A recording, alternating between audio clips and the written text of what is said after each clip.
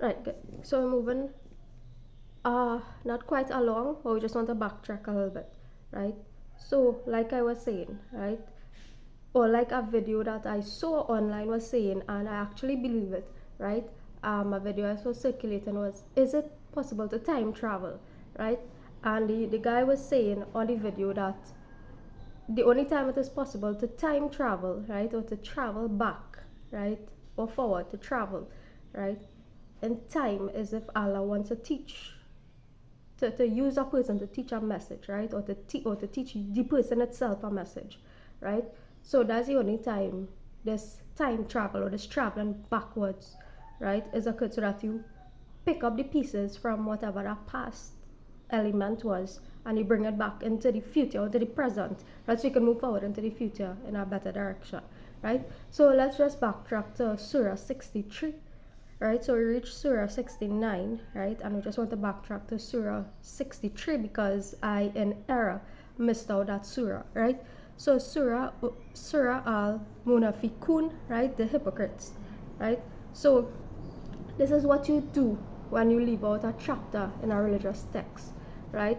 You go back, you pick up the piece, right? You pick up the Gospel of Thomas, you pick up the Gospel of Mary Magdalene, etc. All the pieces that was left out, right? And you include it into the book, right? This is what you do when you leave out the chapters that are actually most important, right? When you leave out the chapters that could help people to discover themselves for themselves, when you leave out the chapters that lets people know, hey, that Christ consciousness, that Christ energy actually exists in every single one of us, and it's not one person, right? It's not one person who possesses that energy, right? This is what you do when you leave out these kind of chapters, the actual gnosis, the actual knowledge, self-knowledge, and the knowledge that you are directly connected to God, to Allah, right? This is what you do. You go back, pick up those parts that were left out, right, intentionally or unintentionally, and you reintegrate it into the entire book, right. So when the hypocrites come to you, right, and they refer to the prophet, they say, we testify that you are the messenger of Allah, right, and Allah knows you are his messenger and testifies that the hypocrites are liars. And this book is real trippy, I swear, right. Hear this again. When the hypocrites come to you, O Muhammad, right, they say, we testify that you are the messenger of Allah, right, and Allah knows that you are his messenger, and Allah testifies that the hypocrites are liars, right. So what is this to say, right? People will come and assume that, hey, you are the messenger, right, the messenger of God, right? The messenger of God, meaning that God has one messenger, and this is what people assume, right.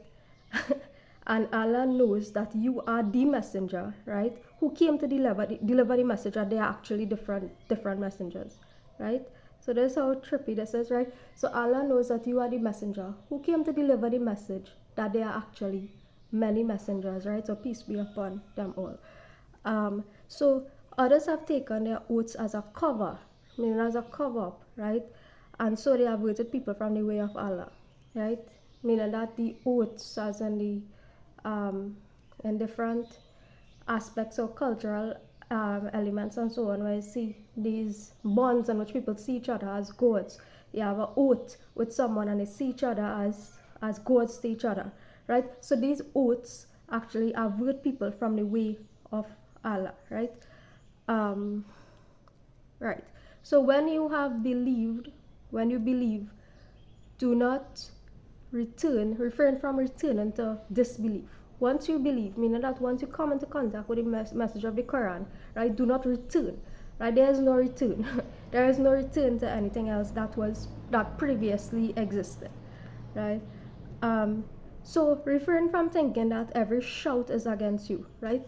So if you are listening to a video and see something and it might fall in your garden a little bit, right, and this is for me as well. In fact, it is for me, right, amongst many others, right, because some of us are very sensitive inside and we think that, hey, this person is probably referring to me, right, or this person is referring to you. When they hear something, right, they hear something, somebody say something angrily, or either say something that is actually not meant for you, but you perceive it to be meant for you, right. So basically let back and dogs back, right? And do not pay mind it. If somebody throws something out there, right, it may not necessarily be for you, but if it falls in your garden, right, it might be for you, right? But nobody has to know that, right? If it falls in your garden and you could use it to elevate yourself or to help yourself, it might just very well be for you, but it might not be intended for you by that person, right?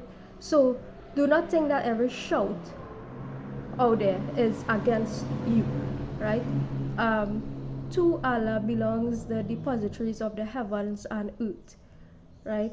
To Allah belongs all honor, right? Let not your wealth and children divert you from the remembrance of Allah, right? So we're talking about balance here, right? Talking about remembering Allah amongst your wealth and your children, right? If you engage in business and so on, let not the busyness that a business practice, right, distract you from the fact that you have children, right? And distract you from the fact that you have Allah, right?